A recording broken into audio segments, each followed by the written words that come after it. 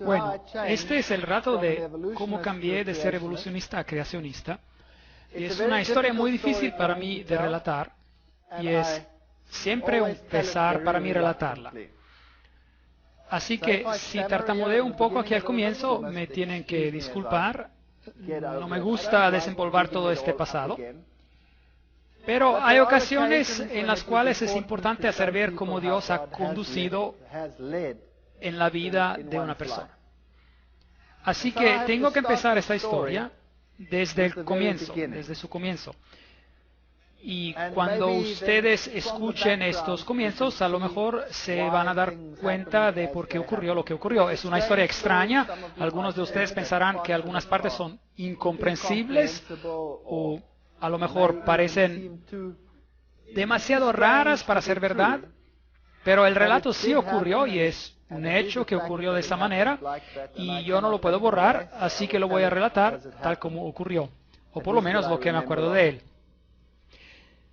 Yo nací en una familia donde mi madre era una protestante luterana muy arraigada. Ella era muy fiel en su religión y mi padre era católico romano y él era también muy fiel en su religión. En esos días, y esto ocurrió antes del Concilio Vaticano II, y los protestantes, por no ser católicos, se los consideraba como perdidos según la doctrina católico-romana. Pero en matrimonios mixtos entre un católico y un protestante era esencial que el miembro no católico en ese matrimonio tenía que prometer que los hijos serían criados como católicos. Mi madre aceptó esto y ella sabía que yo sería criado como católico y sí, yo fui criado como católico. Y nunca hubo una discusión ni una pelea sobre la religión en mi casa. Mi padre y mi madre se respetaban mutuamente y mi padre tuvo algunos problemas con la iglesia por un tiempo a causa de su matrimonio, pero los arreglaron y después de esto no hubo ningún problema sobre la religión que volviera a surgir en nuestro hogar. Y cuando aún era joven, como entre 7 u 8 años, mi madre se enfermó y le diagnosticaron cáncer. Y le dieron poco tiempo de vida. Ellos dijeron que ella tenía más o menos de 3 a 4 meses de vida, pero ella era una señora muy fuerte y logró sobrevivir por más de o menos 4 años. Ella murió cuando yo tenía 12 años. Pero esos 4 años fueron años muy miserables, muy difíciles. Ella sufrió más que cualquier otra persona que yo haya conocido personalmente. Y ella perdió una tras otra parte de su cuerpo. Tuvo una mastectomía y tuvieron que sacarle parte de sus intestinos. Tuvo colestomías. Y eventualmente se deterioró más y más y tuvo que pasar por operación tras operación. Y en esos días no eran tan sofisticados como lo son ahora. La quemaron bajo el tratamiento de radiaciones. Se les olvidó que ella estaba en el tratamiento y tuvieron que sacarle pedazos de piel negra. Así que ella sufrió de gran manera. Y a pesar de todo esto, ella nunca renunció a su fe. Y yo era muy apegado a mi madre. Pero a causa de todos los problemas que había en la casa y el hecho de que mi madre estaba al punto de muerte durante un largo periodo de tiempo, 4 años, había también bastante tensión en mi casa.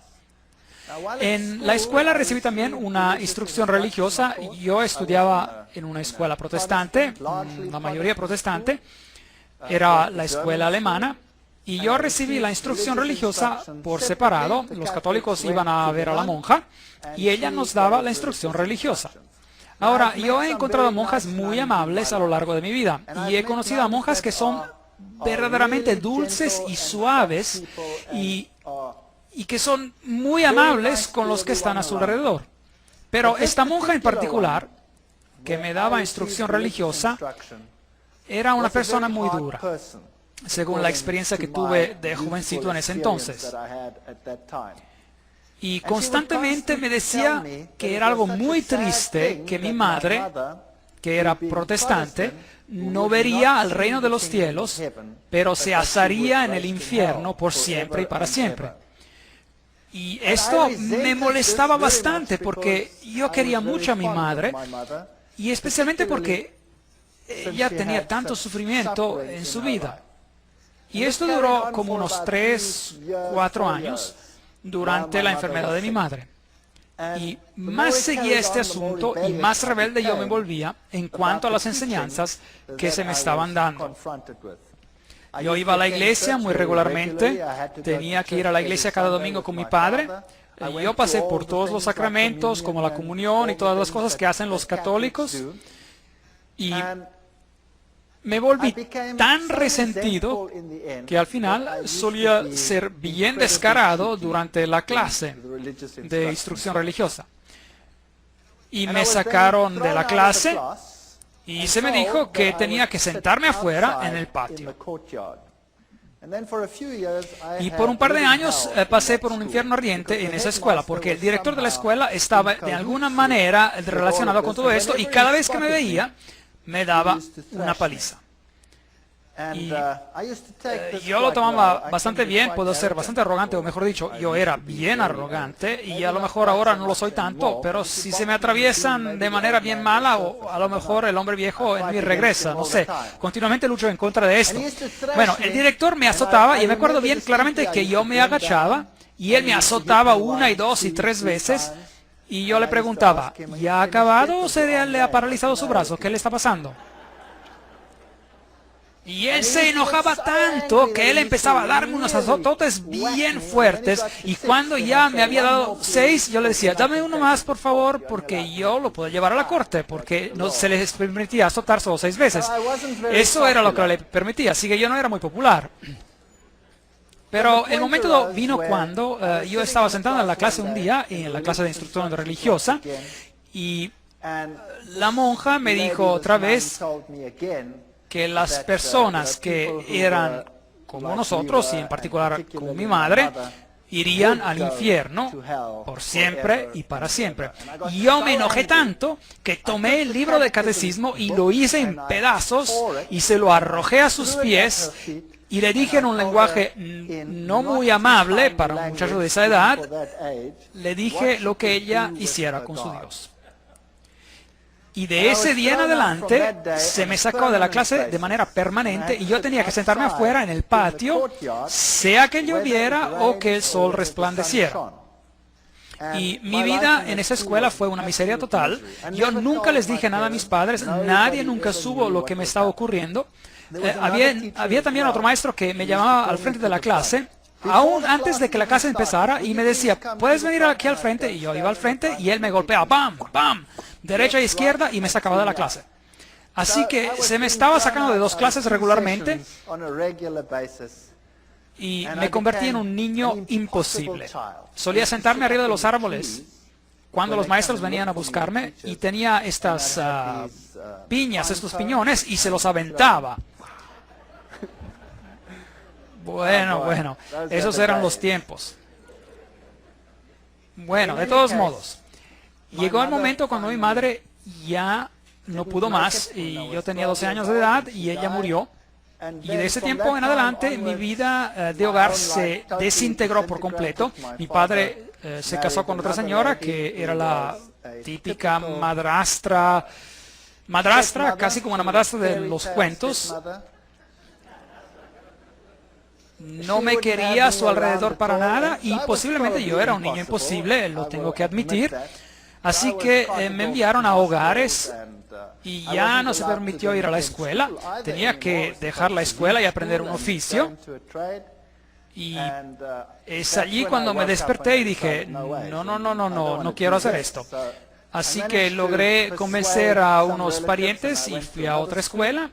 Y pasé los años de escuela y salí bastante bien, no sobresaliente, pero tampoco muy mal. Y después fui al servicio militar y finalmente ingresé a la universidad. Pero desde la edad de 12 años en adelante yo ya no confiaba ni creía en Dios para nada. En cuanto me concernía, si Dios existía, tenía que ser un dragón y yo no quería tener nada que ver con él. Y cuando ingresé a la universidad, allí estudié ciencias y estudié zoología y pensé que esto era lo mejor que había desde que había vida, y allí descubrí todo sobre la teoría de la evolución, y yo me encontraba en la universidad que era el bastión, la fortaleza de la evolución. La evolución se utilizaba para todo. Cada clase estaba basada sobre la evolución. Y es increíble porque esta universidad empezó como universidad religiosa y tiene un gran departamento de teología. Pero a pesar de eso, la Facultad de Ciencias era increíblemente secular y en cuanto a sus enseñanzas, muy basadas sobre la evolución. Tenían algunos nombres muy importantes en cuanto a sus profesores, como Robert Bloom y personas como él que habían trabajado con la calavera del niño de Town, el supuesto ancestro de los humanos, y nuestros museos estaban llenos de estos huesos. Y yo realmente me involucré en la teoría de la evolución y pensé que esta era la respuesta a todos los problemas. Durante mi estancia en la universidad tenía un compañero de cuarto. Me encontraba en el albergue para estudiantes y mi compañero de cuarto era una persona muy amable, pero él era muy seguidor de la nueva era. También en esos tiempos, y esto hace bastante tiempo, y en esos tiempos el nombre nueva era ni era conocido. Y él estaba involucrado en la cientología. ¿Saben lo que es la ciencia de la cientología? Donde los conectan con el detector llamado E-metro y uno tiene que regresar a sus vidas pasadas y pasar por todos los problemas que uno tuvo y uno limpia su karma, hablando de todo esto, y eventualmente uno se convierte en Dios y uno ya lo ha logrado. De todos modos, él se convirtió en mi mejor amigo.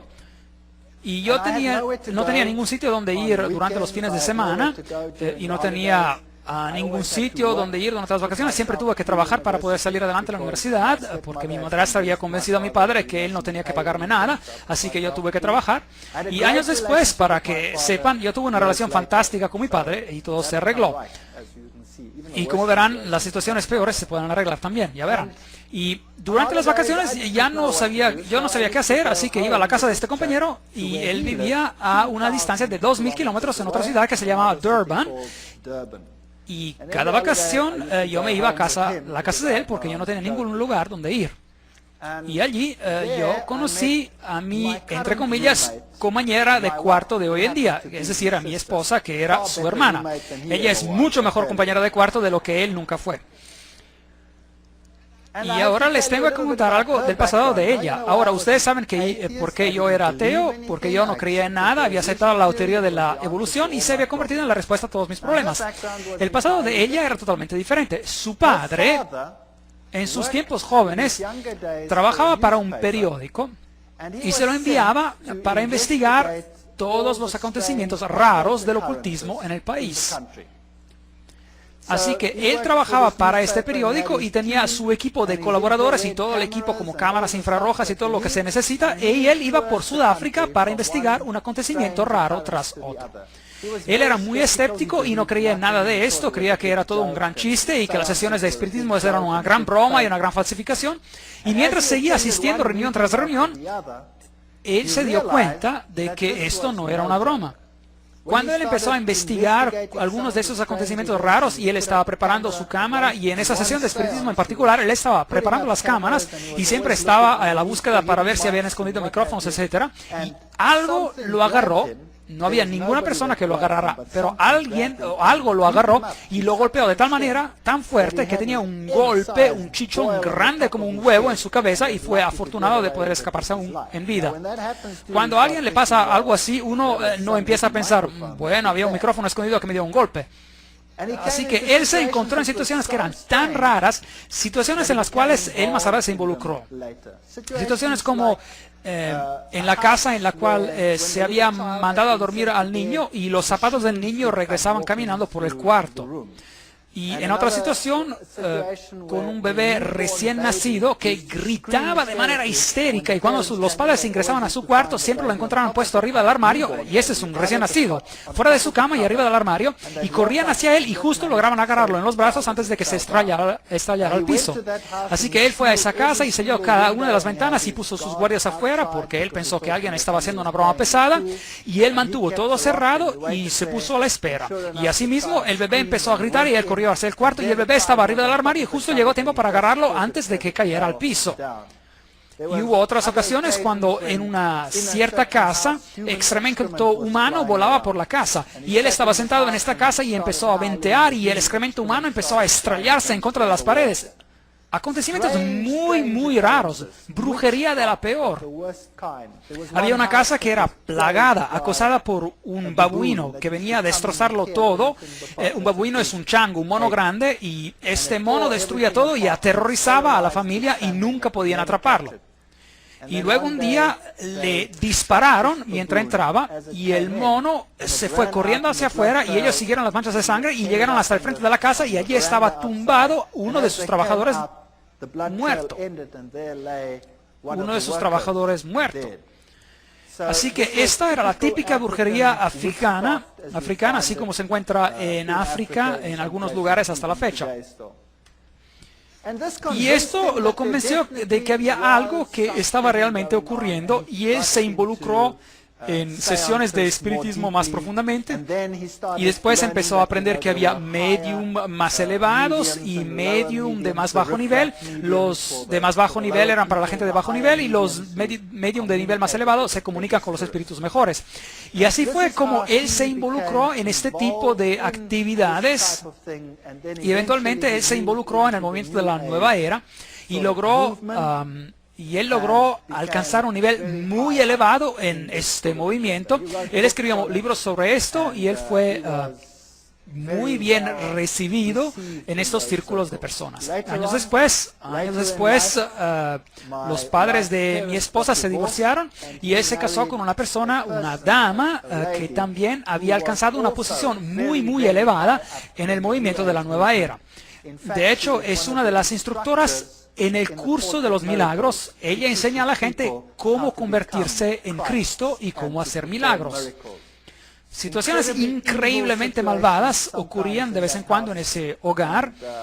Los acontecimientos que ocurrieron en la casa de mi esposa cuando ella era niña son acontecimientos muy extraños. Tenían una silla donde había supuestamente alguien que estaba sentado y que se oía respirar profundamente. Y había también un bastón que caminaba por sí solo y traqueteaba y cosas parecidas.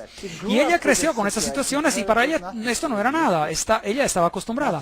Y para mí esto era bien extraño. Yo era ateo y no creía en nada, y trataba de racionalizar todo eso de manera científica.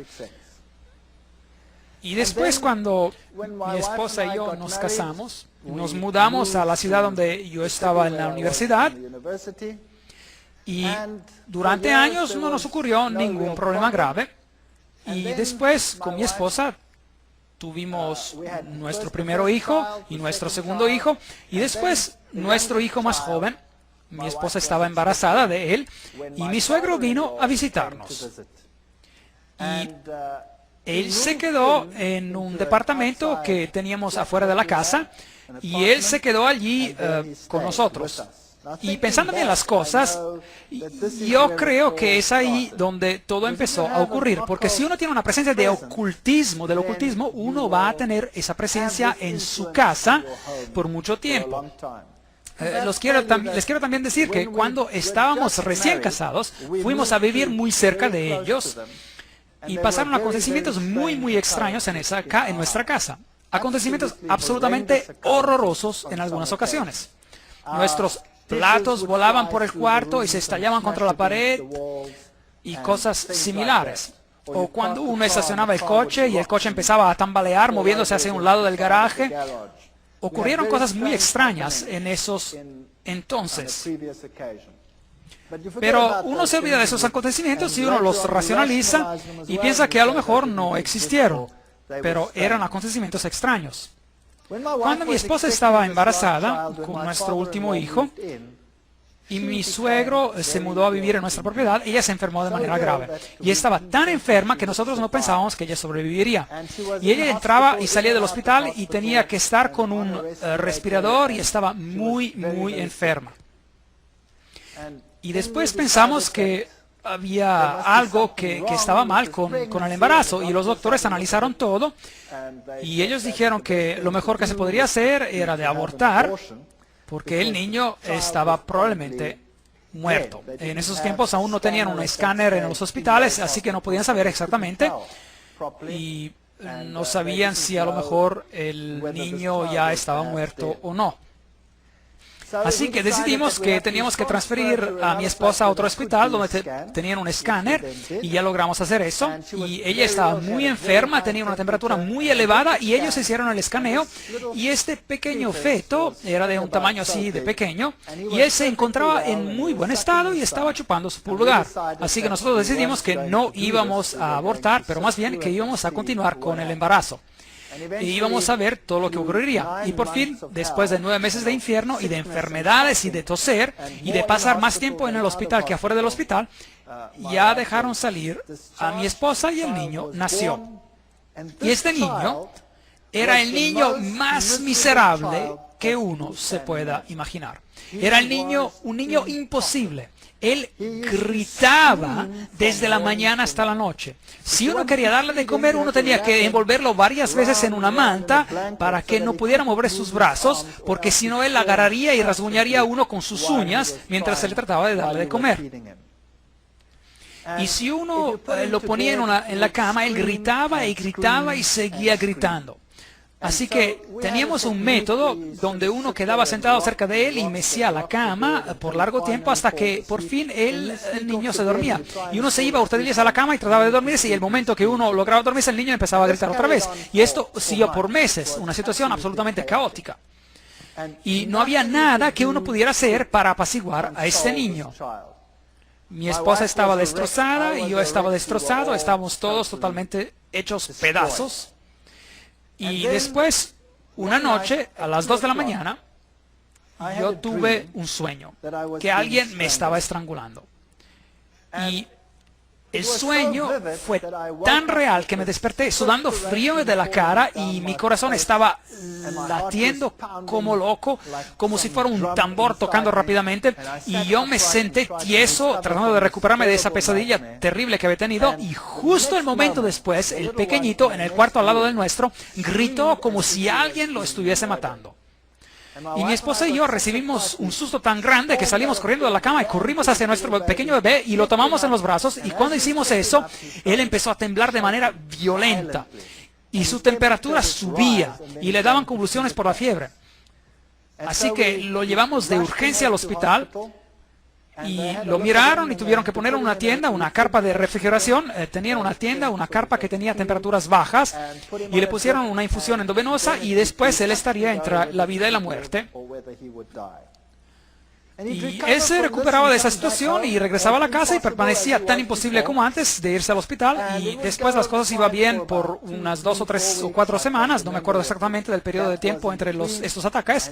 Y después, exactamente a las 2 de la mañana, precisamente a esa hora, era siniestro. Teníamos un reloj en nuestra cama, era uno de esos relojes digitales que muestra la hora, y así que uno podía ver que eran exactamente ahí, eran las 2 de la mañana.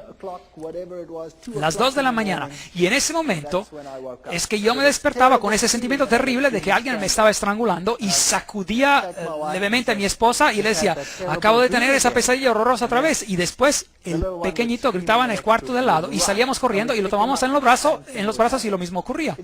Y las cosas se volvían tan graves que pensábamos que no lograríamos llegar al hospital y que el niño no sobreviviría. Y no había nada que uno pudiera hacer. En cuanto empezaba a gritar, sus temperaturas subía, y subía de tal manera que él se desvanecía. Eventualmente en el hospital llegaron a conocernos también que tenían el lugar preparado para él cuando quiera que se necesitara.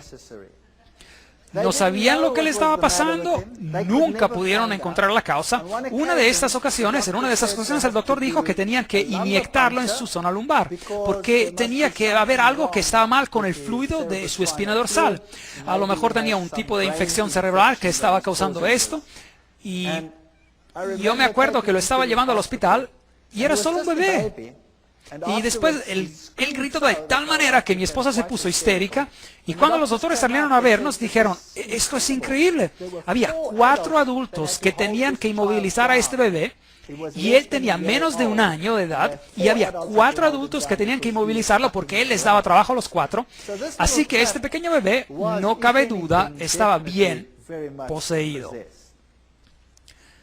Y uno lo puede racionalizar si esto ocurre una vez y si esto ocurre 2 veces, pero si esto sigue ocurriendo por semanas y por meses sin parecer terminar, que exactamente a las 2 de la madrugada uno tiene una experiencia en un cuarto y inmediatamente después hay un grito en el cuarto de al lado, pues la ley de la estadística nos dice que no importa cuán ateo uno sea y no importa cuán científico uno pueda que ser en cuanto a este asunto, los 2 acontecimientos tienen que estar conectados.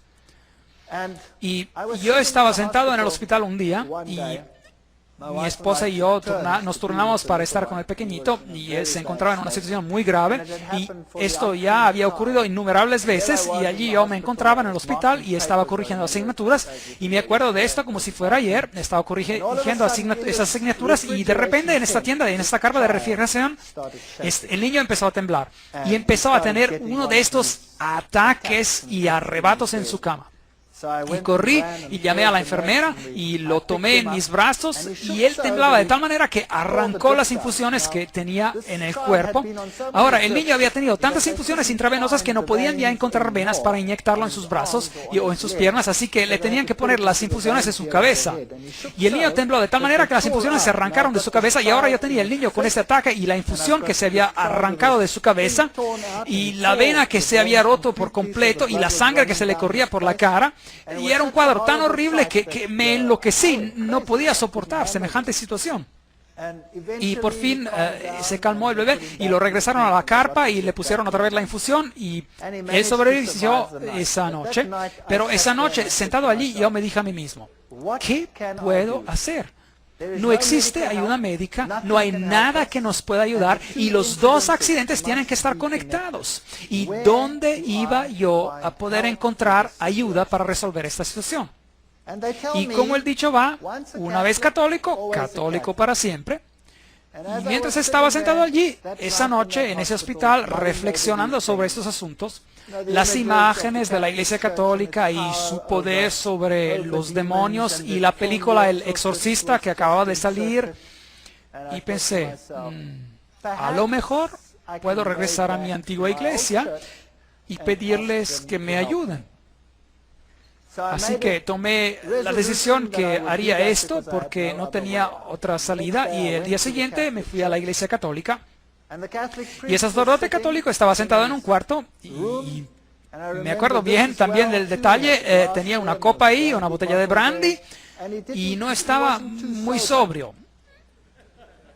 Y yo fui hacia él y le dije, yo soy católico romano, pero no asisto a la iglesia, pero tengo un problema. Y él me preguntó y dijo, bueno, ¿cuál es su problema? Él era muy amable. Y yo le dije, bueno, usted sabe, yo soy un ateo y un científico y no quiero hablar de esto como si, bueno, como no estuviera a la altura. Bueno, tengo un problema en la casa. Y él me pregunta, bueno, ¿qué tipo de problema? Bueno, es un problema sobre acontecimientos extraños en mi casa. Y él dijo, oh, no. Yo no quiero tener nada que ver con eso. Y él me dijo, eso no es mi campo. Déjeme su nombre y su número de teléfono y lo vamos a contactar. Y así que le di mi nombre y número de teléfono, y todo lo que le dije es que tenía acontecimientos extraños en mi casa, es todo. Y yo salí de allí y dije, bueno, eso fue una gran ayuda, muchas gracias. Y no había permanecido mucho tiempo en la casa cuando recibí una llamada de teléfono por parte de otro sacerdote. Y este sacerdote se escuchaba muy sofisticado. Y me preguntó si yo quería encontrarlo en un monasterio allí cerca. Así que fui al monasterio y allí vi a un hombre anciano. Y su aspecto se veía tan impresionante y me impactó de manera muy grande. Me dijo que me sentara Y después, él empezó a relatarme a mí cuál era el problema en mi casa. Y yo me quedé a boca abierta.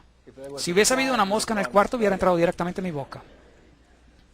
Y él me dijo que había un problema en mi casa y que Satanás estaba tratando de matar a mi hijo y que nosotros estábamos siendo aterrorizados. Y yo le dije, bueno, sí, eso. ¿Y cómo sabe usted?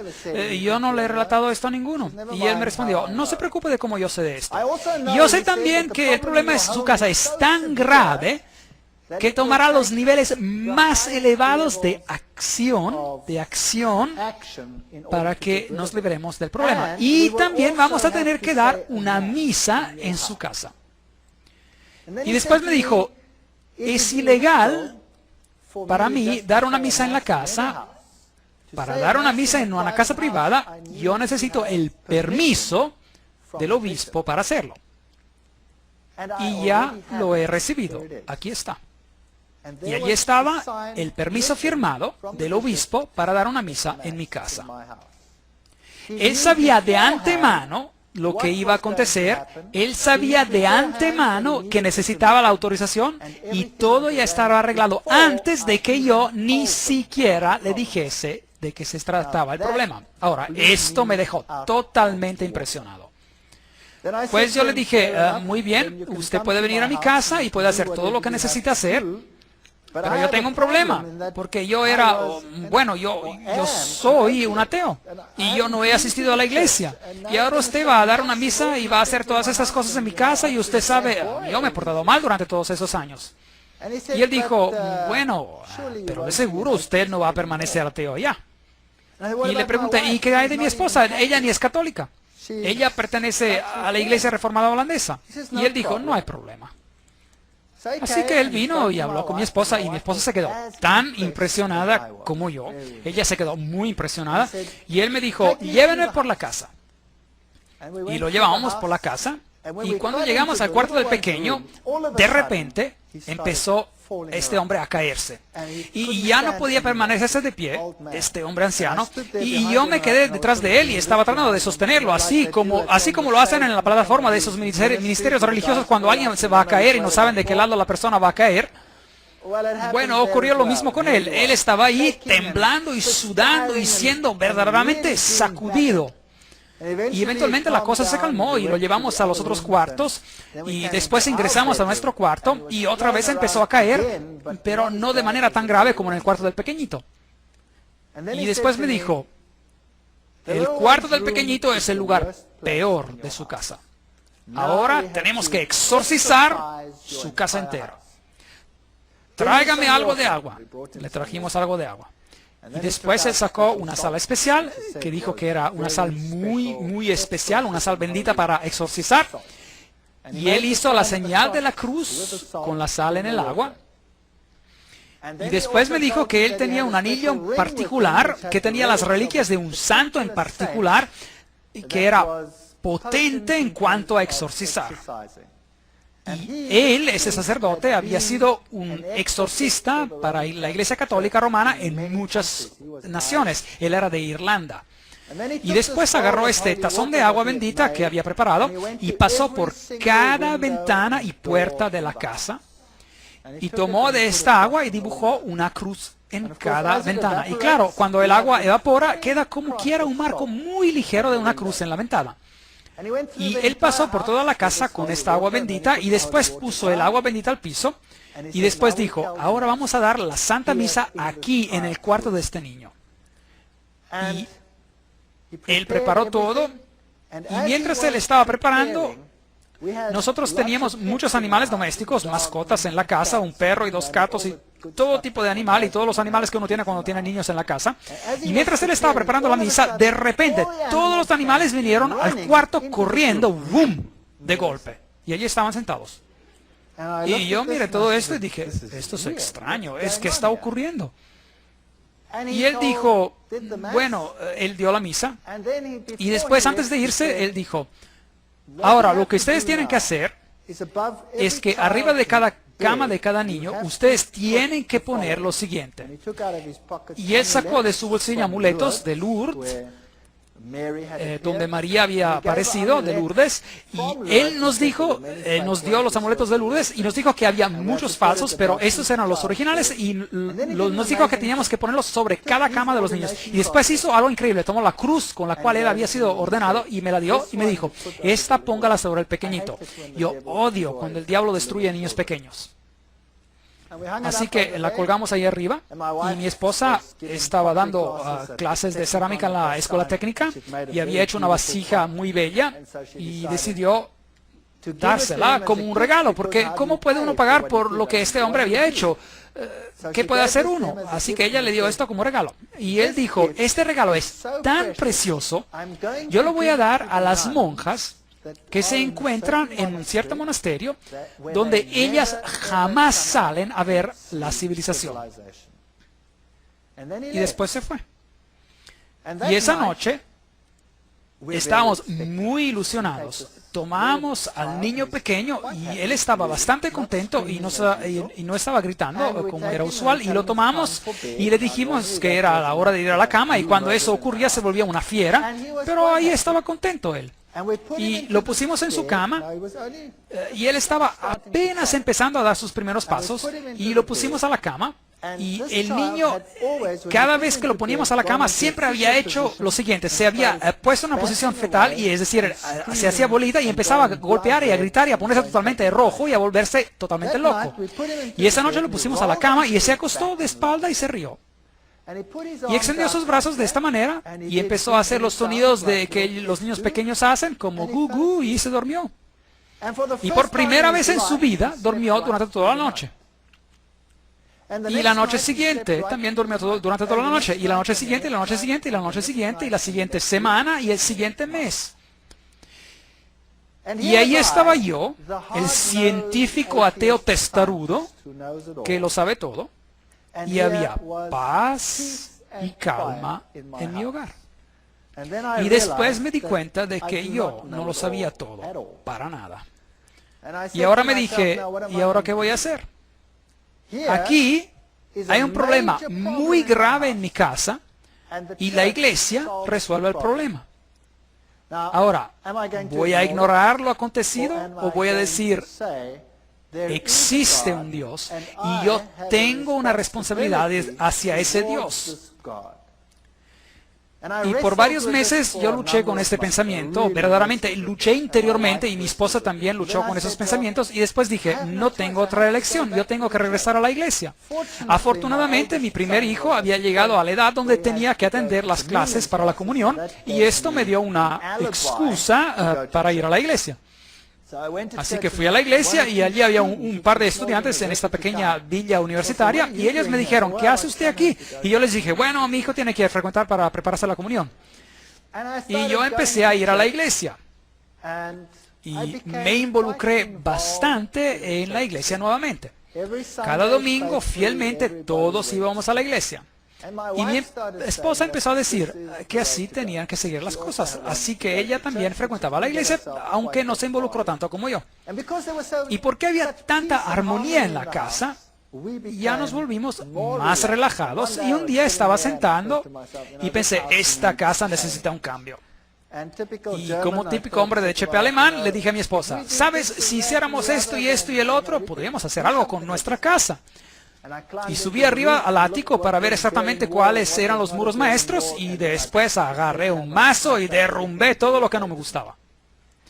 Y así decidimos reestructurar toda la casa, y eso fue lo que hicimos. Había logrado ahorrar algo de dinero, y en ese entonces no tenía ningún problema grave, así que remodelamos prácticamente toda la casa. Y durante ese proceso yo tuve que ir a ver a un hombre que trabajaba para trabajar en mi cocina, y por entonces aún no estaba verdaderamente involucrado en la iglesia, aún estaba en ese estadio donde decía, bueno, si no sé lo que ocurre, pero vamos a ver. Bueno, y este hombre que iba a trabajar en la cocina vino a verme y me dijo que yo camino con el Señor, me dijo. Y aún me acuerdo de haber pensado, oh, por favor, aquí está otro que camina con el Señor. Y yo le dije, muy bien, usted camine con el Señor. Yo estaba bastante descarado, pero bueno, usted camine con el Señor, pero yo quiero la cocina arreglada, ¿está bien? Y él dijo, bueno, sí, está bien, pero puedo darle esto. Y él me dio un panfleto, un folleto. Y bueno, él era una persona amable, así que yo me quedé allí con el panfleto y yo lo puse en un cajón y dije, bueno, lo voy a leer después. Y después él acabó de poner la cocina y la casa se acabó de remodelar, y después, cuando todo eso se había acabado, yo empecé a regresar a la iglesia. Y eso siguió por un periodo de un año, y yo fielmente iba a la iglesia regularmente. Y yo siempre estaba sentado allí el domingo de la mañana y me asombraba de todas las cosas, bueno, de todo lo que yo sabía que estaba ocurriendo en la Iglesia Católica. Y otra vez volví a estudiar el catecismo acompañando a mi hijo en el estudio del lo mismo, y me pregunté sobre el mismo ritual que ocurría una vez y otra vez todo el tiempo. Y ustedes saben, la hostia que se levanta y el cambio de pan a la divinidad y la pequeña cajita con la luz roja donde Dios se encontraba. Y me empecé a preguntar por qué Dios quería las mismas cosas una y otra vez. Y por qué Él estaba satisfecho con el mismo ritual una y otra vez.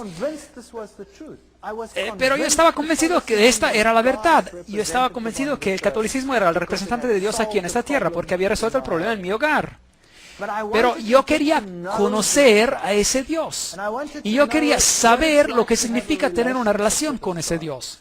Y consideré el movimiento carismático. Ellos tenían los derrumbados por el Espíritu, y me pregunté, a lo mejor es eso lo que uno necesita para saber que Dios existe, porque yo en realidad no lo siento, no sé dónde está. Pero por otro lado, yo siempre había sido muy escéptico hacia todo esto, y siempre hablaba de estas personas que necesitaban su muleta de la religión. Y después un día estaba sentado en el salón de clase y estaba dando una clase a un grupo de estudiantes del primer año. Y de hecho ya había hablado con el sacerdote sobre la evolución, y la Iglesia Católica había dicho, claro que existe la evolución, no hay ningún problema con eso. Así que yo no tenía ningún problema con eso tampoco, así que podía seguir con mi creencia en la evolución y al mismo tiempo creer en Dios. Este era un arreglo muy bueno. Y estaba dando clase a esos estudiantes de primer año, y estaba dando una clase fuertemente basada sobre la teoría de la evolución. Y una joven se levantó en una clase de estudiantes de primer año, y eso toma valor, en frente de 350 estudiantes, y una joven dama se levanta en mi clase y me dice, disculpe. Yo le digo, sí, ¿cuál es el asunto? Disculpe, lo que usted está diciendo está en contra de mis creencias. Lo que usted está diciendo es una mentira. Yo creo que Dios creó los cielos y la tierra. Él es el creador del universo. Bueno, yo casi exploté. Yo la destruí con palabras, me burlé de ella y la acabé. Ella se sentó y empezó a llorar allí en mi clase, y yo me dije a mí mismo, muy bien, trabajo bien hecho. Y después acabó la clase y todos los estudiantes se quedaron muy impresionados con toda mi elocuencia y todo lo que había demostrado en el pizarrón, y cómo yo había comprobado cuán ridícula era la idea de que esta joven había expresado. Y después regresé a mi oficina, y ustedes se acuerdan de que hubo una pregunta antes sobre la conciencia, ¿se acuerdan? Bueno, esta voz pequeña no me dejaba en paz, la conciencia, y seguía diciéndome qué hombre mezquino y malo yo era, y cómo podía yo enfrente de todos atacar y humillar de tal manera a esta joven. Y yo me sentía muy mal por lo que había hecho, y mi conciencia no me daba reposo. Y no sabía qué hacer con esos sentimientos, así que como típico católico me dije, bueno, ahora en la ida a la casa para almorzar, nunca vivimos lejos de la universidad, así que siempre iba a la casa para almorzar. Bueno, yo voy a pasar a la iglesia por la iglesia católica, y me voy a sentar allí un rato, y espero que así ese sentimiento se vaya. Así que me fui con mi coche e ingresé a la iglesia y me senté allí, y estaba cerrada la iglesia. Bueno, la puerta estaba abierta y se podía ingresar a un par de bancos, pero el altar estaba completamente cerrado porque ladrones habían estado robando. Y yo me senté allí y hablé con Dios, y miré hacia la pequeña luz roja, que significa que la hostia estaba allí, y eso significaba que la presencia de Dios estaba allí también. Y me sorprendió de que Él estuviera encerrado, entre comillas, en esa cajita pequeña. Y después me quedé sentado por un largo rato, y estaba torturado en mi mente, estaba pasando por una tortura mental, y me dije a mí mismo, Dios tiene que estar aquí porque Él ha hecho cosas tan maravillosas en mi vida. Mi familia es totalmente diferente. Mi esposa había aceptado de ser convertida. Yo había llamado al sacerdote católico para que viniera a nuestra casa para que ella se convirtiera en católica, pero por alguna razón él nunca logró pasar por la casa. Siempre tenía cosas que hacer, pero como quiera, él había quedado de pasar a la casa. Y yo estaba sentado en la iglesia y estaba luchando con Dios y le dije que yo tenía todos esos sentimientos y no sabía dónde él se encontraba. Y nunca lo había verdaderamente encontrado. Y yo sabía que en otras iglesias había todos esos acontecimientos interesantes que estaban ocurriendo. Y aquí ocurría siempre lo mismo, cada domingo. ¿Dónde estás, Dios?, decía. Y yo me quedé sentado allí en la banca y le dije a Dios: bien, si tú verdaderamente existes, ahora me tienes que hacer ver, porque yo verdaderamente no te puedo encontrar. Y con ese sentimiento me fui a la casa, sintiéndome un poco mejor. Y algo típico de mi persona, llegué a la casa rápido, empecé a rebuscar en un cajón, estaba buscando algo y de repente, mientras estaba buscando en el cajón, mi mano agarró ese panfleto, ese folleto. Ese ocurrió un año después de que ese hombre que caminaba con el Señor me había dado ese panfleto. Y yo tomé el panfleto y empecé a leerlo. Estaba escrito en alemán y tenía 3 columnas. Tenía la ley de Dios en una columna y tenía la ley según la Iglesia Católica y tenía la ley según la Iglesia Luterana. Y luego explicaba cómo los mandamientos habían sido cambiados por la Iglesia y tenía también los textos bíblicos de cómo habían sido cambiados. Y yo pensé en mí mismo, ahora, ¿qué tipo de basura es esto? Esto es una basura total. Y le hablé a mi esposa, y le dije: esposa, bueno, no le dije así, la llamé por su nombre, y yo le pregunté: ¿tenemos una Biblia en la casa? Y ella dijo: no, no creo, yo no creo que tengamos una Biblia. ¿Cómo que no? Claro que debe haber una Biblia en la casa. Hemos estado yendo a la iglesia por casi un año y no tenemos una Biblia en la casa. Había muchos libros de catecismo en la casa, así que tomé un libro de catecismo y lo abrí y leí, y efectivamente los mandamientos indicados en el panfleto eran idénticos con los que estaban escritos en el libro del catecismo. Y después me acordé de una vieja caja que una señora anciana que había muerto me había dejado. Y la había puesto en el garaje después de haber ordenado algunas cosas, y me acordé de que había muchos libros en la caja y yo sabía que una señora anciana seguro debía de tener una Biblia. Así que salí afuera al garaje y empecé a rebuscar en la caja, y de cierto allí encontré una vieja Biblia alemana. Así que ingresé a la casa y la abrí, y allí estaba. Los 10 mandamientos eran totalmente diferentes comparados con los mandamientos que tenía en el libro del catecismo. Y esto me dejó perplejo. Así que después de un año llamé al hombre que construyó mi cocina, al ebanista, y le dije: ¿usted se acuerda de mí hace un año? Y usted me instaló una cocina. Y él me dijo: ¿sabe qué? He tratado de llamarlo todo el día. Tenía este sentimiento que tenía que llamarlo y no sé por qué. ¿Qué está pasando? Y yo le dije: ¿podría venir a visitarme? Usted me dejó un panfleto y me gustaría hablar sobre este panfleto con usted. Y él vino después de un año y vino a verme, era una persona amable, y empezamos a hablar. Y después empezamos a hablar de las Escrituras, de la Biblia. Y empezamos a hablar sobre el libro de Daniel y las profecías sobre Daniel capítulo 7, y las estudiamos con él y tomamos notas y hablamos hasta las 3 de la mañana, y él regresó al día siguiente y el día siguiente, y en 3 días habíamos estudiado Daniel y Apocalipsis, todos los hechos históricos y todas estas cosas, y yo no le creía ni una palabra. Y después decidí que la única manera que íbamos a resolver esto es si yo iba a comprobar si cada uno de los hechos estaban así como él me los había explicado. Si es que esos reinos y esos reyes estaban así como me lo había explicado. Así que regresé a la universidad, al departamento de historia, al departamento de teología, y agarré todo lo que pasó por mis manos y controlé y comprobé si los hechos estaban correctos. Y si estaban correctos. Y después empecé a descubrir que el pequeño cuerno de Daniel, el capítulo 7, si uno lo toma así como la Biblia lo dice, no puede ser nadie más que la Iglesia Católica. Y esto fue algo que me chocó, que me impactó totalmente. Y después estudié la versión protestante que dice que el cuerno pequeño era el rey Antioquio Epifanio, o Epifanes el cuarto, y estudié todo eso. Y encontré que no puede ser él porque ninguno de los criterios encaja. Y vi también cómo las escrituras habían sido cambiadas sobre algunos de esos puntos. Pero para ser imparcial, invité al sacerdote católico a mi casa. Y le pregunté: ¿puede por favor venir a visitarme a mi casa? Le tengo que hablar sobre un asunto. Y él vino, y mi esposa estaba presente, yo estaba allí, y tomé la Biblia, y tomé los capítulos en Daniel, y se los mostré en detalle, y le mostré los cambios de los mandamientos y todas estas cosas. Y después me dijo, yo no te puedo hablar de este asunto porque yo no estoy metido, no estoy enfocado en la palabra en la Biblia para nada. Y yo me quedé a boca abierta. Frente a mí se encontraba un sacerdote y él no estaba metido, no estaba enfocado en la palabra. Y él dijo, tenemos algunos especialistas que están metidos, están enfocados a la palabra. Pero para mí no tiene ningún sentido lo que usted dijo. Y se fue.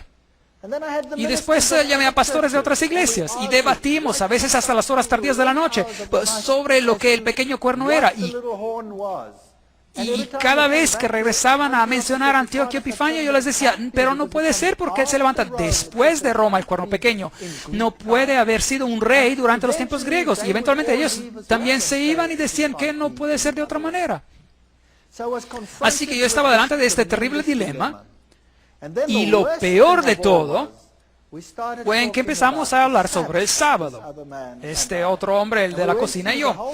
Y estudiamos todo sobre el tema del sábado. Y yo le dije, pero esto es ridículo. ¿Cómo pueden ustedes guardar un mandamiento? Porque dice que el Señor en 6 días creó los cielos y la tierra, el mar y todas las cosas que en ellos hay. Esto es totalmente ridículo. Todo empezó a existir gracias a la evolución. Y él dijo, no, todo empezó a existir gracias a la creación. Dios lo creó.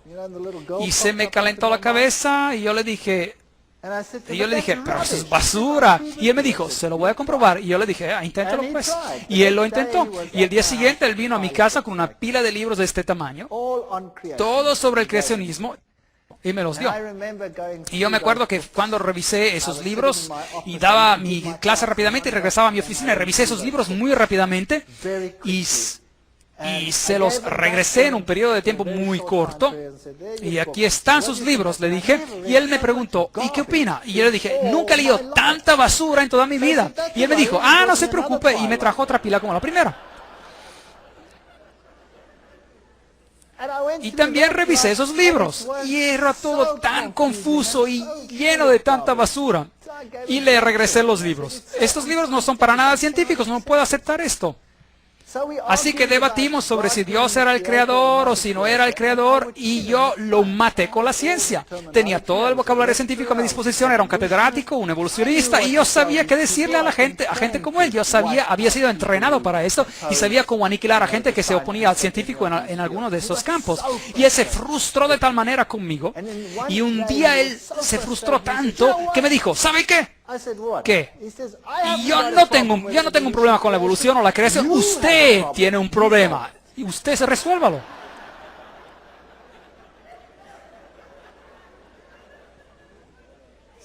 Así que ahora me tocaba a mí. Yo tenía la sartén por el mango. Al mismo tiempo, los acontecimientos extraños habían empezado a ocurrir otra vez en mi casa. El pequeñito otra vez tenía esos momentos miserables cada vez que era la hora de acostarlo. Y otra vez se volvió gruñón y gritón y todo el resto. Y también nos dimos cuenta de que cada vez que teníamos un momento de paz, mi esposa y yo estudiamos las Escrituras como nunca. No les puedo describir cuánto las estudiábamos. Yo desgasté una Biblia en 2 meses, la tuve que tirar porque ya estaba totalmente desgastada y se estaba deshaciendo.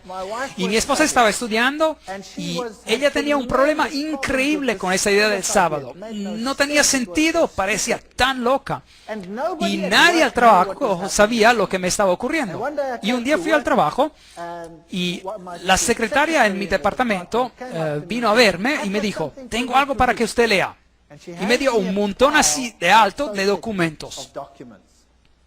Y cuando los revisé en un momento que tenía libre, vi que era un largo documento en contra del sábado y que había sido escrita en contra de los adventistas del séptimo día.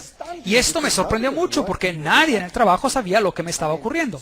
¿Saben? Un científico nunca admitiría que ahora está hablando o pensando sobre la religión. Eso sería ridículo. Mis colegas eran todos ateos. Y yo tomé esto y pensé, ¿y ahora qué hago con este documento? No tengo tiempo con esto. Yo estoy ahora con el problema de la evolución y la creación. Así que le pasé el documento a mi esposa y le dije, aquí hay material, revísalo y a lo mejor encontramos una salida de todo esto. Y ella de manera meticulosa estudió cada punto y era un documento bien gordo, bien espeso, escrito en contra del sábado. Y mientras que yo estaba luchando con el asunto de la evolución y creación, ella estaba luchando con este asunto. Y después un día me dijo, sabes, he analizado cada uno de los puntos que tienen en el documento y cada punto lo he comparado con la Biblia y Y cada vez encuentro que ese documento son las palabras de hombres y la Biblia dice otra cosa. Así que ese documento ahora me ha convencido que el sábado tiene que ser correcto. Eso es algo, imagínense, un documento escrito en contra del sábado le comprobó a ella que el sábado era de hecho muy importante y correcto. Pero yo seguía con mi problema. Un problema muy grande y no podía aceptarlo, y yo no iba a guardar un día por una creación que había tomado 6 billones de años y no 6 días literales. Así que me tocaba a mí, y en ese momento todo empezó a enloquecerse otra vez en mi casa. Y cuando tomábamos la Biblia, el pequeñito se volvía histérico. Y cada vez que teníamos un momento de tiempo libre, el niño se volvía histérico. Y eventualmente el niño agarró una botella de vino. Nosotros habíamos estado bebiendo vino y la rompió.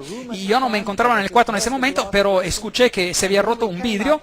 Y después fuimos a ver y lo que estaba ocurriendo. Y él estaba pisando sobre todos los pedazos de vidrio rotos. Y sus pies estaban cortados por todos lados. Y su dedo grande casi se cortó por completo. Así que de regreso otra vez al hospital y le cosieron el dedo gordo, y de ese momento otra vez empezó la pesadilla en nuestra casa.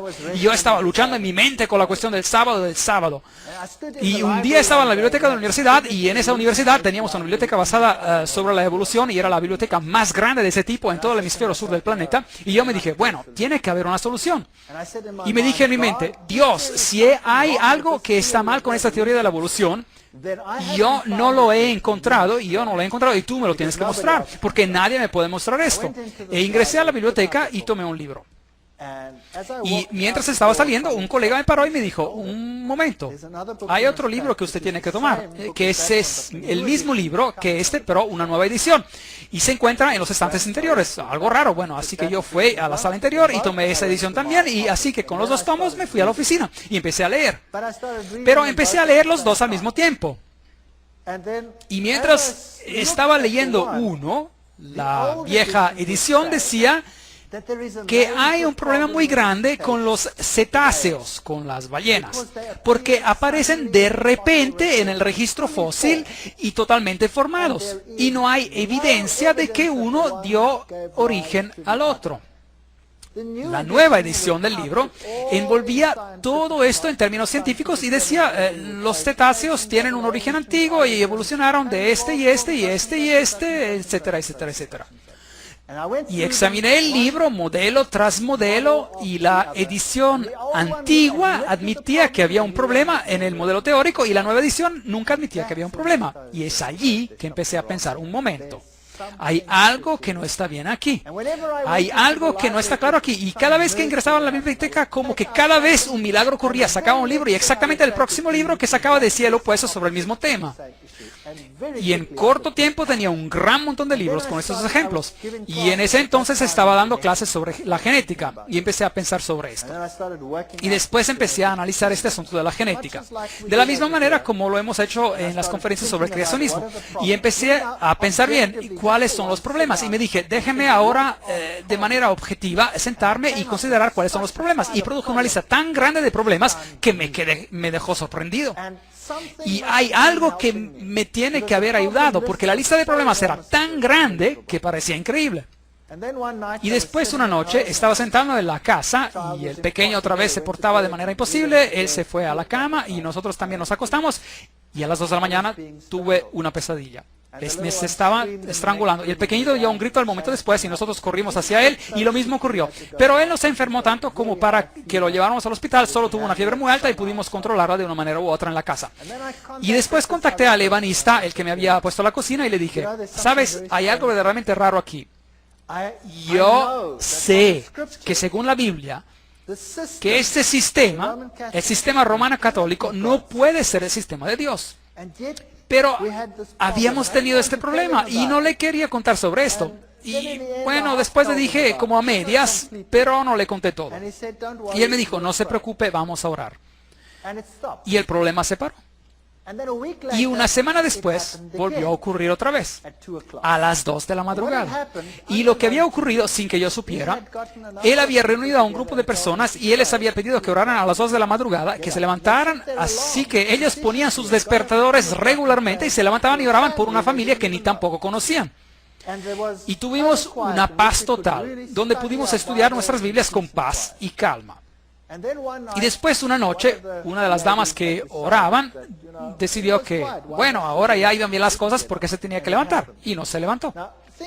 Y eso volvió a ocurrir. Ahora, pensando atrás, Dios no necesitaba la oración de esa persona, pero había lecciones en esta experiencia que serían importantes para mí.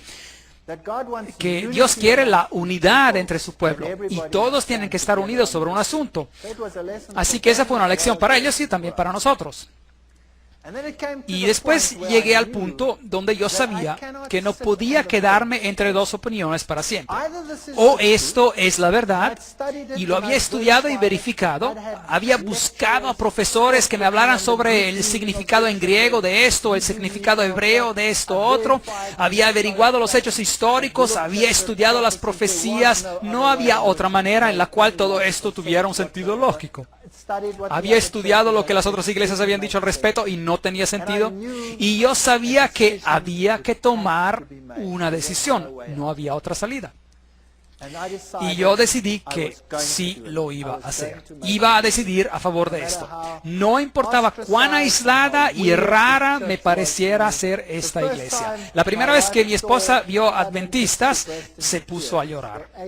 Comían de manera tan rara, eran tan diferentes a como éramos nosotros. Y me acuerdo que el hombre me dijo, ¿no quieren venir a uno de nuestros servicios de culto? Y yo dije, es domingo, ese es mi día libre. Yo me paseo en la camiseta de jeans y chanclas. Y no voy a ir a ninguna iglesia a no ser que vaya exactamente así como soy. Porque si yo iba a la iglesia católica me iba en jeans y camiseta y chanclas. Y él dijo, bueno, está bien, venga. Así que fui a la iglesia adventista y me senté en el fondo y vi a todas estas personas con sus trajes y sus corbatas y me disgusté. Y todos me miraron, pero se portaban de manera amable conmigo. Y cosas extrañas como esa. Y no me gustaba el cuadro. No me gustaba cómo se veían tan diferentes a comparación con todos los otros. Mis amigos eran tan rudos y hacían bromas pesadas y todo tipo de cosas. Y estas personas eran tan diferentes. Mi esposa se puso a llorar cuando los vio. Y dijo, no quiero ese estilo de vida. Yo quiero mi antiguo estilo de vida. Nosotros solíamos sentarnos al borde de la piscina a beber cerveza y contar chistes. E invitábamos amigos y teníamos fiestas y cosas parecidas y ellos eran tan diferentes. Es como la diferencia entre el día y la noche. Y uno cree que nunca va a poder ser feliz allí. Y ella lloró y lloró y lloró, pero sabía que de todos modos tendría que regresar. Y después, un día, decidí que ya no soportaba la situación en el trabajo con todas estas enseñanzas sobre la evolución y otra cosa extraña ocurrió.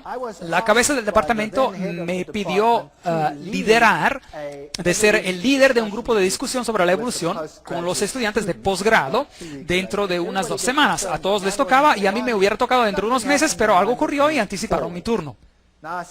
Y ahora yo tenía un problema muy grave. ¿Voy a ingresar a ese grupo de discusión con mi boca llena de estar pretendiendo de ser lo que yo no soy? ¿O tomo mi posición en cuanto a lo que ahora creo? Y tenía un gran temor. Es increíble. Estaba tan atemorizado en cuanto a ese acontecimiento. Para perder la cara entre los colegas cuando uno ha sido lo mejor entre ellos es una experiencia muy dolorosa. Y decidí después de una fuerte lucha interior que tomaría mi posición, que sí lo haría. Mis nuevos amigos, que con el andar del tiempo se habían convertido en menos raros a mis ojos, estarían orando por mí mientras que yo lideraba esa discusión. E ingresé en esa sala de clase y todos los colegas de trabajo estaban sentados allí. Esta era una reunión para estudiantes de posgrado, así que todos los colegas estaban presentes y también todos los estudiantes de posgrado. Así que el formato de la discusión era de empezar con una presentación y después de tener este grupo de discusión sobre la evolución. Y empecé la presentación y después cambié el tema y hablé sobre los genes y mencioné cada uno de los problemas. Y presenté todo el sistema genético así como lo había entendido en esa fecha. Y dije al fin, y por esto, la evolución no es posible. Bueno, la primera reacción fue silencio absoluto. Y después se armó un alboroto total. Uno de mis colegas se puso totalmente rojo de la cara y empezó a gritarme a lo loco, y espuma empezó a salir de su boca, literalmente con el enojo total. Era algo increíble. Y después, uno de los estudiantes, una joven, es interesante ver cómo ocurren estos asuntos, una estudiante destacada, ella se levantó y dijo, quiero decir algo. Y miró a todos los profesores y dijo, cuando yo vine a esta universidad, yo creía en Dios. Yo tenía una buena vida, yo tenía una buena relación con Dios. Y ahora yo no creo en nada ya. He perdido mi fe, mi vida se está desboronando y ustedes me han privado, me han quitado mi fe. Y ahora el Dr. Fite está dando esta presentación y me ha mostrado ahora que ustedes me han estado engañando. ¿Se pueden imaginar qué ocurrió en ese departamento?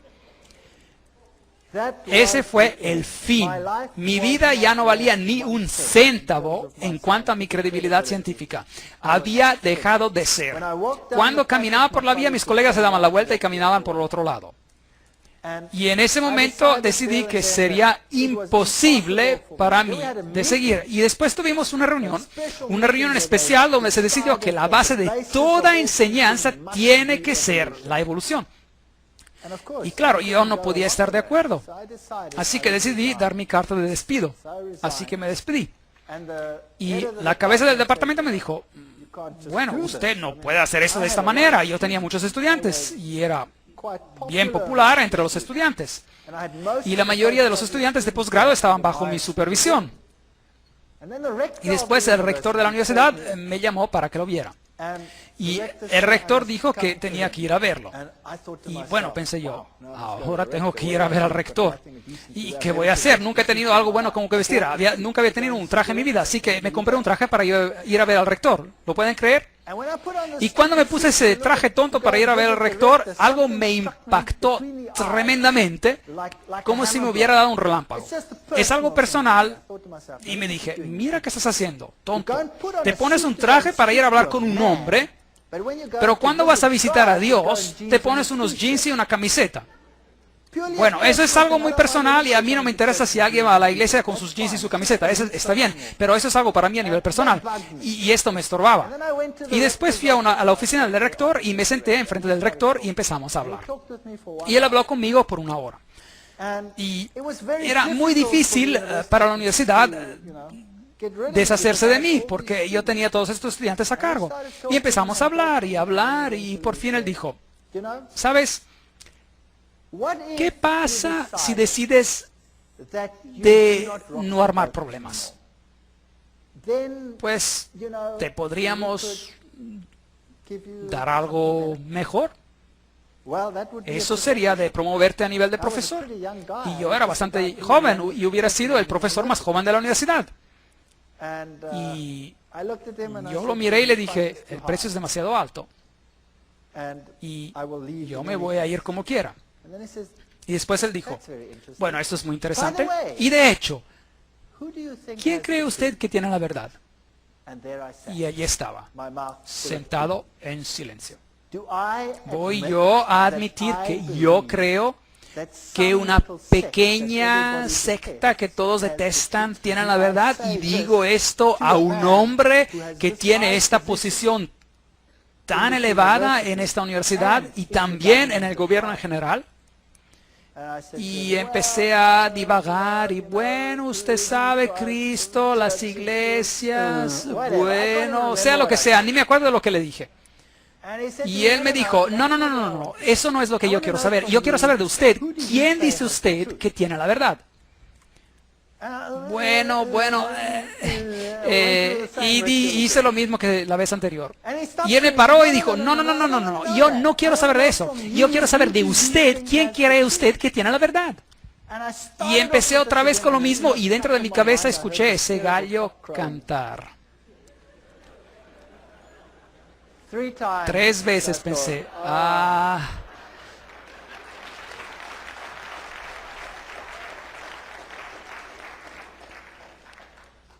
Y le dije, bueno, Y le dije, bueno, yo creo que es la Iglesia Adventista del Séptimo Día que está predicando la verdad. Y ahora pensé, bueno, ahora ya sé que soy un hombre muerto.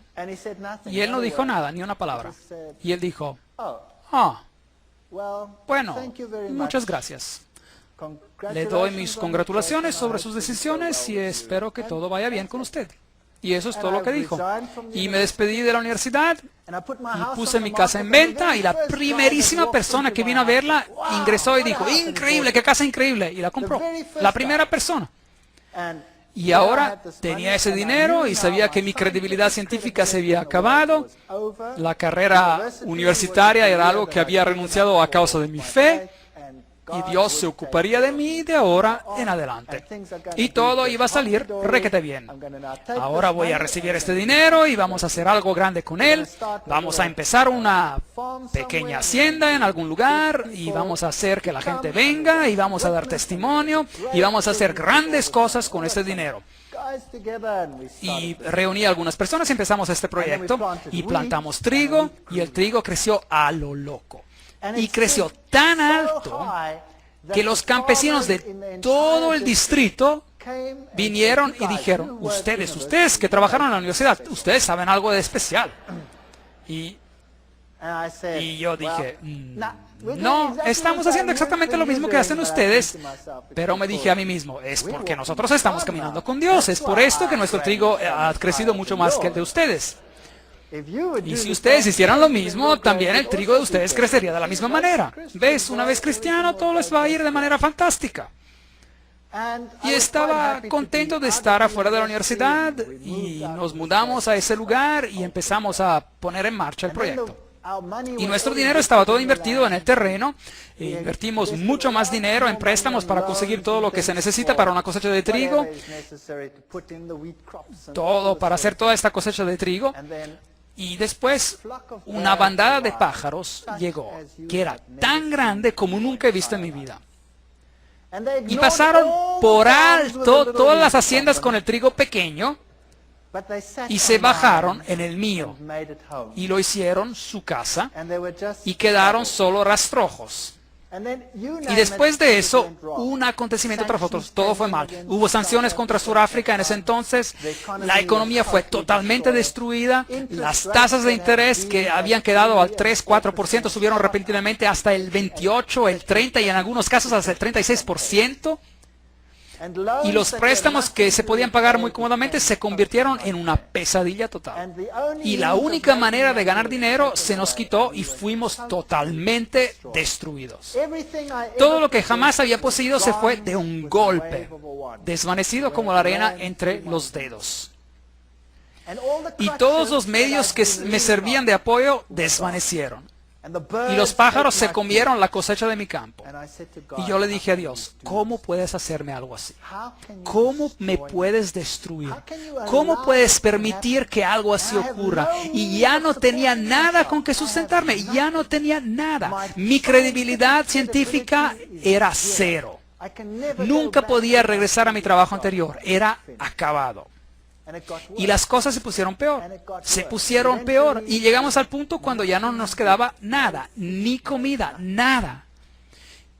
Y mi esposa y mis hijos y yo nos sentamos y hablamos sobre el asunto y decidimos, si esta era la verdad, y yo no creo que todo lo que había ocurrido había venido desde el otro lado. Ven, cuando yo tomé mi decisión, mi hijo había cambiado.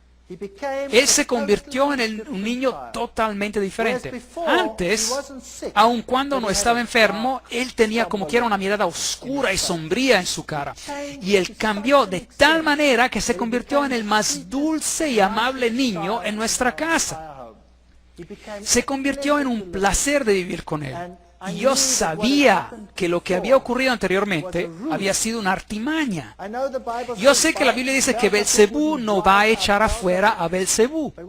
Pero lo que había ocurrido en mi casa es que no había sido echado afuera por Belcebú. Cuando la Iglesia Católica había venido y hecho lo que tenían que hacer, Satanás había dicho a sus demonios, quédense quietos. Y cuando ustedes se queden quietos y permitan al niño que se relaje, ellos serán atrapados el doble de lo que lo estaban antes. Y eso ocurrió también. Pero después de que tomamos nuestra decisión, este niño fue sanado totalmente. Él es el niño más espiritual de todos mis hijos. Y él es tan diferente que yo sabía que esto tenía que ser de Dios. Era algo totalmente diferente. La otra cosa interesante que ocurrió fue ese mismo sacerdote católico, después de todo ese tiempo, más de un año había pasado, totalmente de sorpresa, mientras estaba luchando con esa decisión, me llamó por teléfono. Y yo respondí al teléfono y dije, hola. Y él dijo, yo soy el padre tal y tal. Y yo dije, oh, es bien raro, ¿por qué me llama? Y él me dijo, ¿sabe usted sobre su padre que está muerto? Su padre está teniendo problemas grandísimos en el purgatorio. Es verdad, eso es lo que él me dijo. Y yo le dije, pero ¿cómo sabe usted? Y había estudiado en la Biblia sobre qué pasa cuando uno muere y sabía lo que ocurría, así que le pregunté, ¿y usted cómo sabe? Y él me dijo, las monjas que nunca ven al mundo, los del otro lado le han dicho que su padre está teniendo problemas y él está teniendo problemas por causa suya. Y será bien que usted regrese a la iglesia rápidamente. Y será mejor que usted empiece a orar y dar misas para que este problema se resuelva. Y yo le dije, muchas gracias por la información. Y me acuerdo de haber colgado el teléfono y de haber pensado, diablo, has llegado demasiado tarde, demasiado tarde. Ese hombre era un hombre amable y él está engañado, yo lo sé. Y espero que el Señor lo conduzca un día a una vida mejor y una comprensión mejor. Pero aquí me encontraba en esta hacienda sin dinero, sin medios, sin nada. Con una carrera destruida, sin una posibilidad de poder regresar, aislado, el hazme reír del mundo académico y sin dinero, sin dinero. Y nos arrodillamos y reclamamos cada promesa en la Biblia. Y dijimos, Señor, tú has prometido, tú cuidarás de todas nuestras necesidades. Tú has prometido que los hijos del hombre justo jamás se verán mendigando en las calles. Y no hay ninguna salida de la situación donde nos encontramos. No hay dinero, no hay comida, no hay nada. Pero nosotros creemos en tus promesas. Y escribimos una carta y pusimos por escrito todas las promesas y dijimos, tú no puedes mentir. Y es por eso que esas promesas tienen que ser por nosotros. Y si nuestra vida es destruida y nuestra hacienda es destruida, pues así sea, tiene que haber algo más que tú tienes planeado para nosotros. Y después fuimos a la cama. Y el día después, a las 8 de la mañana, el teléfono sonó. Y un profesor de otra universidad me llamó. Y dijo que uno de sus colegas tenía un problema muy grave y tenía que dejar la universidad y tenía que tomar un permiso prolongado de ausencia por un año. Y necesitaban que alguien lo reemplazara de inmediato y el campo que se necesitaba enseñar era exactamente el mismo en el cual yo estaba. Y yo le dije, bueno, ¿qué quieren que haga? Y él dijo, bueno, usted podría venir a dar las clases. Y yo le dije, pero ¿sabe usted y qué hay de...? Y él dijo, no se preocupe, en cuanto usted permanezca en lo científico no hay problema, no importa, vendría y haría esto para nosotros, estamos en un problema y necesitamos a alguien. Y sabemos que usted está libre. Y yo dije, bueno, muchas gracias, sí, es una buena idea. ¿Y cuándo empiezo? Y bueno, tenemos que pasar todo por las juntas probablemente en 3 meses. Y yo dije, muy bien, muchas gracias y colgué. Y dije, intento muy bueno Dios, pero dentro de 3 meses yo voy a estar muerto porque no tengo nada que comer. Yo estaba tan deprimido. Y después, como unos 20 minutos y una media hora después, el teléfono suena otra vez. Y es la misma persona. Y él me dice, hay algo de raro que acaba de ocurrir. Y yo pregunté, ¿qué pasó? Fui a la oficina del rector para que él firmara estos documentos para empezar el proceso de contrato. Y él me dijo, no tengo tiempo. No tengo tiempo para tener a las juntas para llamarlas y dar comienzo a este proceso. ¿Qué es lo que usted necesita? Y le expliqué lo que yo necesitaba y que tengo que reemplazar a alguien. Y él dijo, ven aquí, yo lo firmo. Y asigna a la persona y ya puede venir mañana si quiere. Y yo dije, increíble. Así que, ¿cuándo comienzo? Y era un día jueves. Y él dijo, ¿El lunes? Usted empieza el lunes. Y yo le dije, ¿empiezo el lunes? Y yo me encontraba en el otro pequeño pueblo y tenía una hacienda y había vacas y estaba en bancarrota. ¿Y quién iba a cuidar de estas vacas tontas en la hacienda? Y 10,000 otros problemas por resolver en un fin de semana. Imposible. Imposible. Y colgué el teléfono y dije a mi esposa, tengo un trabajo en la universidad, solo por un año probablemente, pero está bien.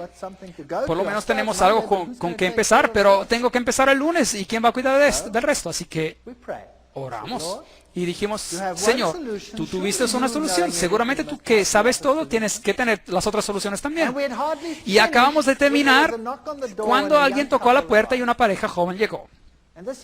Y esta pareja joven dijo que ellos eran campesinos en otro país al norte de Sudáfrica y eran adventistas del séptimo día. Y ellos habían estado trabajando para otro campesino y él les había dicho que si no estaban preparados para trabajar los sábados se tenían que ir. Y lo sacó del trabajo.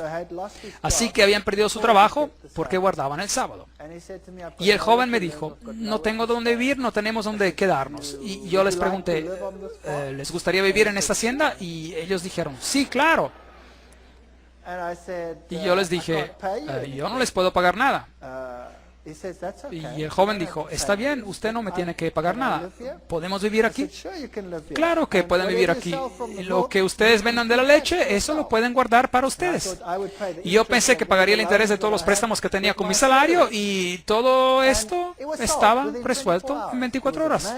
Había alguien en la hacienda que quería vivir allí sin recibir salario y cuidar de la hacienda y vivir de lo que sacaba, y yo tenía un trabajo en la universidad. Así que me fui a esta universidad y empecé a dar clases. Y por las primeras semanas no tenía salario, no había dinero.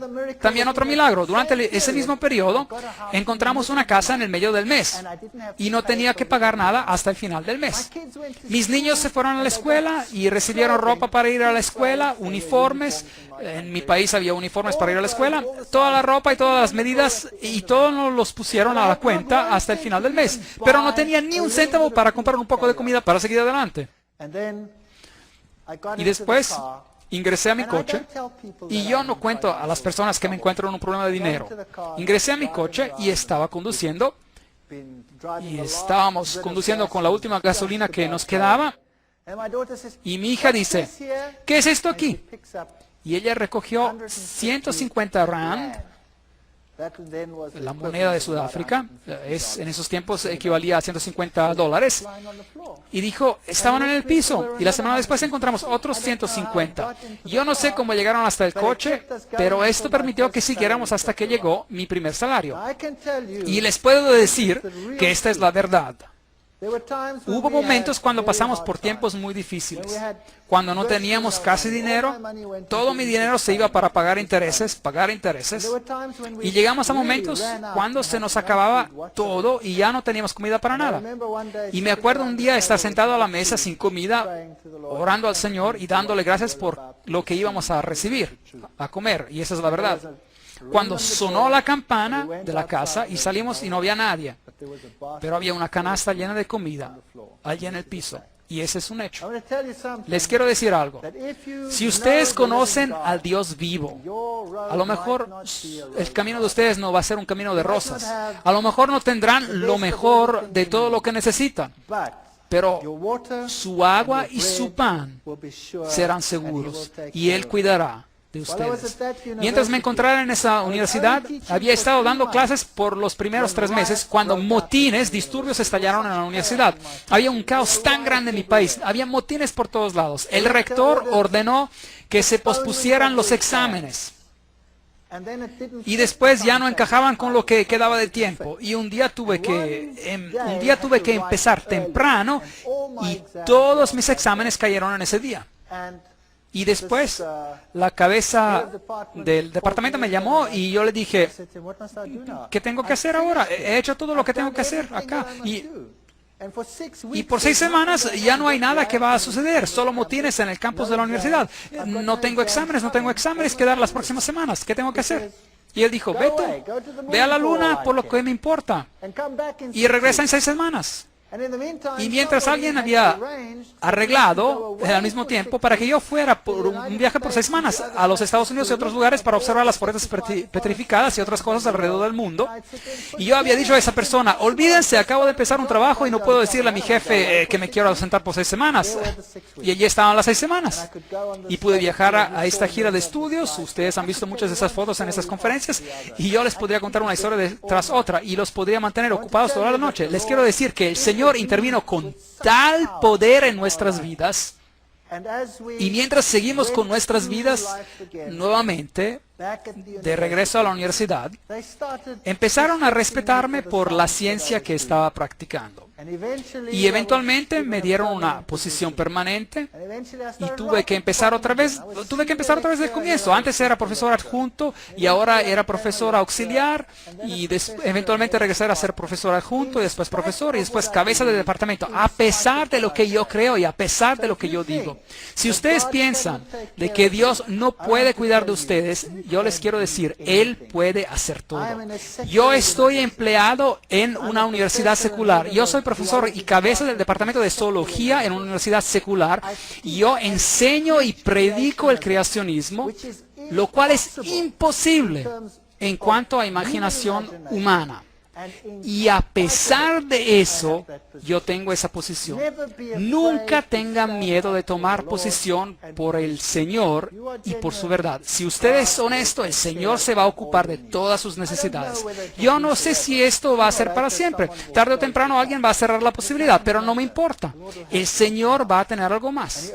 Y Él está ofreciendo lo mismo para cada uno de ustedes. Tomen un paso por lo que es correcto. Hagan lo que es correcto y el Señor va a cumplir cada una de sus promesas. Muchas gracias.